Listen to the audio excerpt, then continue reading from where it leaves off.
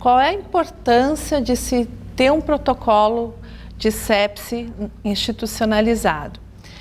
A sepse é responsável por uma considerável morbimortalidade na infância. E sendo que a identificação precoce dos quadros de sepse vai proporcionar que se reduza essa mortalidade. A equipe multidisciplinar tem que estar preparada para reconhecer e tratar precocemente os pacientes que têm os sinais sugestivos de sepse. Esse protocolo foi baseado nas recomendações da campanha de sobrevivência à sepse. E a campanha de sobrevivência à sepse, ela preconiza um atendimento gerenciado à sepse pediátrica através de um bundle. E o objetivo é orientar a condução no atendimento, que seja uma uniformidade no atendimento nas unidades de urgência, emergência, unidades de internação e UTI pediátrica. E ele é dividido em faixas etárias de 1 mês até os 18 anos. Então, aqui temos a classificação das faixas etárias. Quando se fala em sepse, é importante nós termos algumas definições. Então, o que é a síndrome da resposta inflamatória sistêmica? Tem que obedecer pelo menos 2 critérios, sendo um deles alteração da temperatura, tanto hipotermia quanto febre, ou do número de leucócitos. Então, alteração de temperatura corpórea, taquicardia acima de 2 desvios padrões do normal para a idade, ou bradicardia nos pacientes menores de 1 ano, taquipneia e alteração dos leucócitos, tanto leucocitose quanto leucopenia. Nós temos uma tabelinha, então, com os padrões de normalidade. Isso é uma coisa que não precisa saber de cor, porque ela está listada no protocolo. O que é infecção? É uma doença suspeita ou confirmada, causada por qualquer patógeno infeccioso ou síndrome clínica, mais alta probabilidade de infecção. Qual a definição de sepse? 2 ou mais sinais de síndrome da resposta inflamatória sistêmica concomitante à presença de infecção.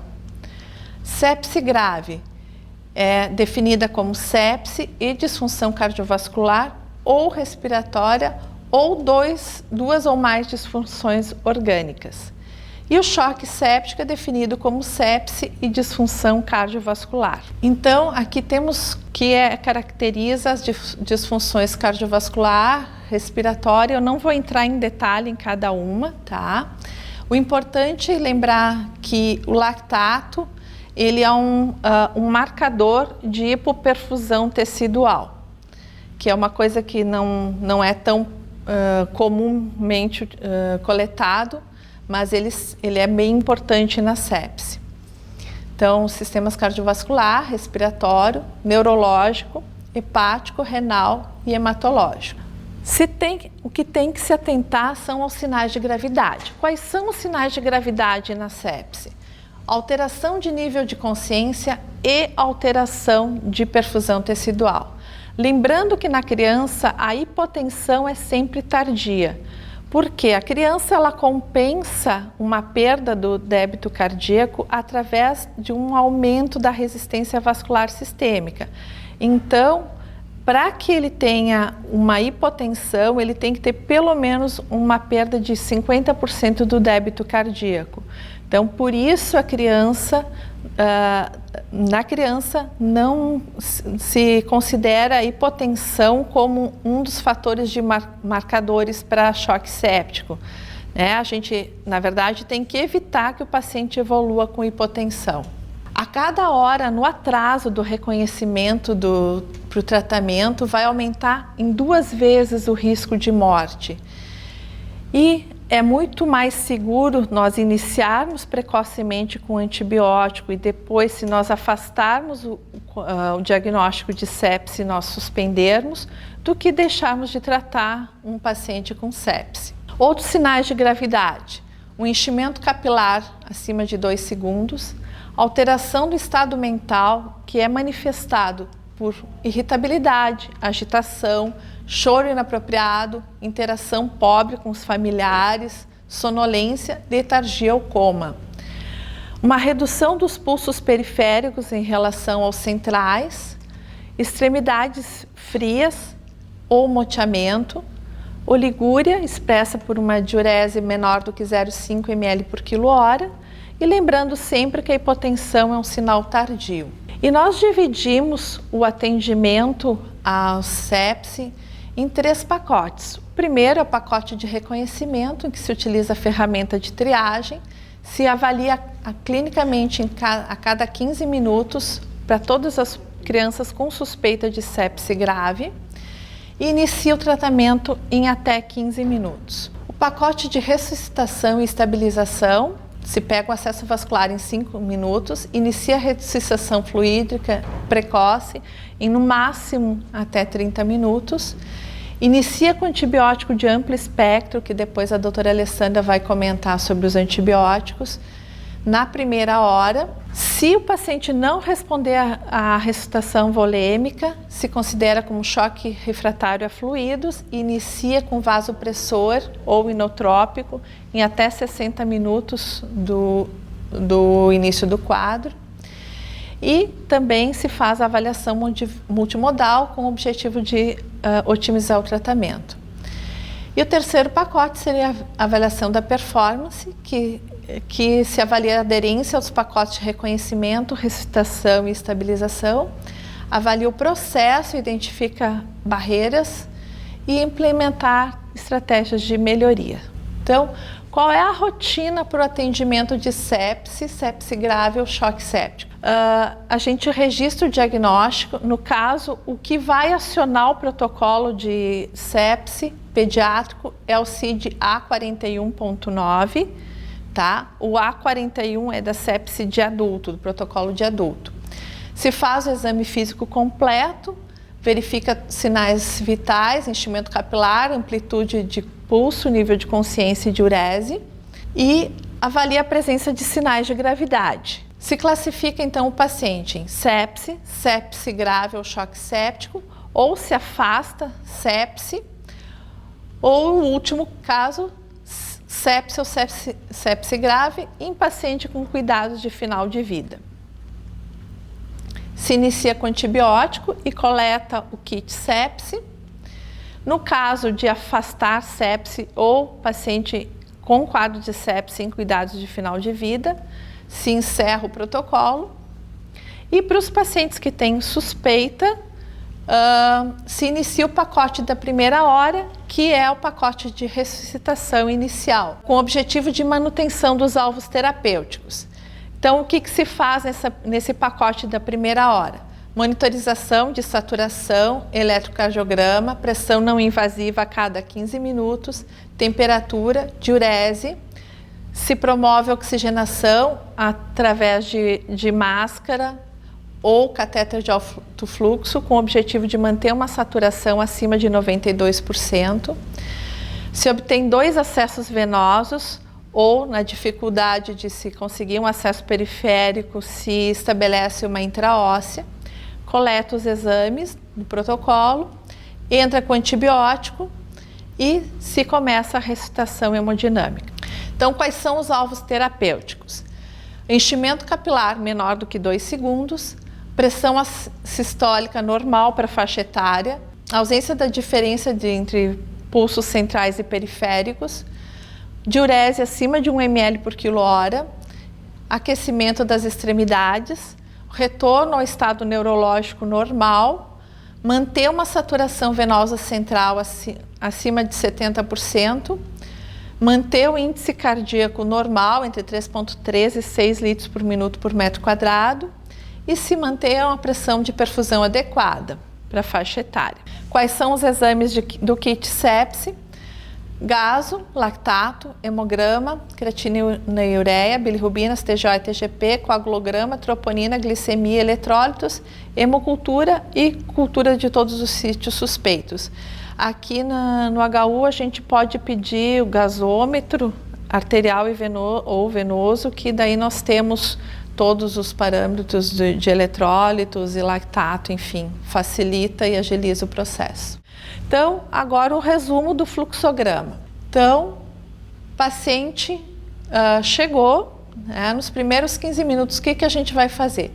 Monitoriza o paciente, fornece oxigênio para obter uma saturação acima de 92%, obtém acesso EV ou intraósseo, coleta o kit sepse, as culturas, inicia com antibiótico dentro da primeira hora, corrige os distúrbios metabólicos e eletrólitos para níveis fisiológicos, lembrando sempre de se atentar à hipoglicemia e hipocalemia. Se o paciente tem sinais de hipoperfusão tecidual, que se manifesta clinicamente por alteração do estado mental ou enchimento capilar acima de 2 segundos ou hipotensão arterial conforme a faixa etária, se começa com soro fisiológico ou Ringer lactato, em bolos de 20 ml por quilo em 5 a 10 minutos até melhora dos sinais de hipoperfusão. Sempre cuidando para evitar que o paciente mostre sinais de congestão. Reavalia a resposta a cada expansão. Após 40 a 60 ml por quilo, se o paciente permanece em choque, se vai para o passo 2. Se ele sai do choque, se mantém a observação clínica. O passo 2, então, é a otimização hemodinâmica, no que se considera como choque refratário a fluidos. Então, se o paciente está sinais com aumento da resistência vascular sistêmica, então com um enchimento capilar muito lento, se inicia inotrópico intra-EV ou intraósseo, que pode ser adrenalina. Se o choque é hiperdinâmico, noradrenalina. Na verdade, no consenso que foi publicado esse ano, o que fala é que é muito difícil caracterizar se o paciente está em choque hipodinâmico ou hiperdinâmico apenas pelos critérios clínicos. O ideal é sempre para caracterizar que esse paciente tenha monitorização invasiva. E tanto faz, isso é o consenso de 2020, tanto faz iniciar com adrenalina ou noradrenalina. O que teria de benefício é quando tem uma resistência vascular sistêmica muito baixa, utilizar a adrenalina. E a noradrenalina, ela melhoraria a pressão e melhoraria também o clearance de creatinina. O que não se faz é usar dopamina, a menos que não se tenha disponível adrenalina ou noradrenalina. Depois, quando se inicia, pode ser iniciado o inotrópico em acesso periférico e depois se estabelece um acesso venoso central assim que possível. Se reavalia a resposta, permanece hiperperfundido, se considera como um choque resistente a catecolaminas e se inicia hidrocortisona pensando numa insuficiência adrenal. Nesse momento também se monitora, se transfere o paciente para UTI, se caso ele não esteja na UTI anteriormente, se coloca monitorização invasiva, monitora a PVC, saturação venosa central e a pressão de perfusão. Coleta os exames para reavaliação, lembrar sempre de coletar gaso arterial e venosa nessa situação. E considerar a transfusão sanguínea se a hemoglobina menor do que 7. Também, no último consenso, mostrou que não existe muita diferença entre transfundir o paciente nesse momento que ele está instável hemodinamicamente ou esperar o paciente estabilizar para depois transfundir. O ideal é sempre que se espere o paciente estabilizar com inotrópico, fluido, etc., para depois se transfundir. E a gente pode ter 3 cenários. Paciente com choque hipodinâmico com PA normal, choque hipodinâmico com PA baixa e choque hiperdinâmico com PA baixa. Então, se o paciente está com PA normal, pode ser usado o inodilatador, que no caso o preconizado é milrinona. O vasodilatador sempre com muito cuidado, porque ele pode fazer hipotensão no momento que se inicia e sempre monitorando o índice cardíaco. Se o paciente está com a PA baixa, e ele já está em uso de adrenalina, pode se associar à noradrenalina, objetivando normalizar a PA. E se o índice cardíaco estiver baixo, pode se associar a dobutamina, milrinone ou levosimedan. Se o paciente está hiperdinâmico, em uso de noradrenalina, pode-se considerar a associação de vasopressina. E também, se o paciente estiver com índice cardíaco baixo, associar adrenalina, dobuta ou levosimedan.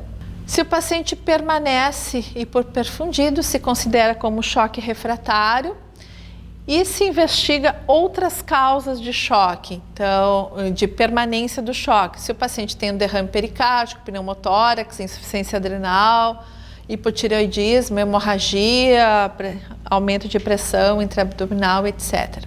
E, em último caso, se o paciente não responde a absolutamente nada disso, pode-se considerar ECMO.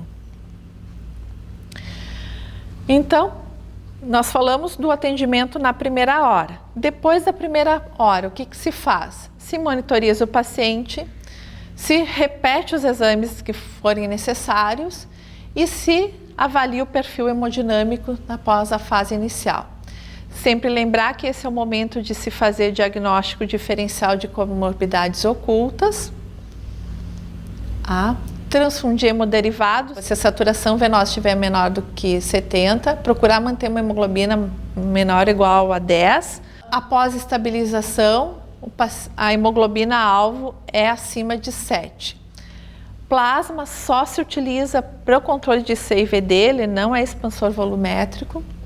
Ventilação, quando for indicada a ventilação invasiva, procurar usar ketamina na sequência rápida de intubação e se manter a ventilação invasiva com estratégia protetora.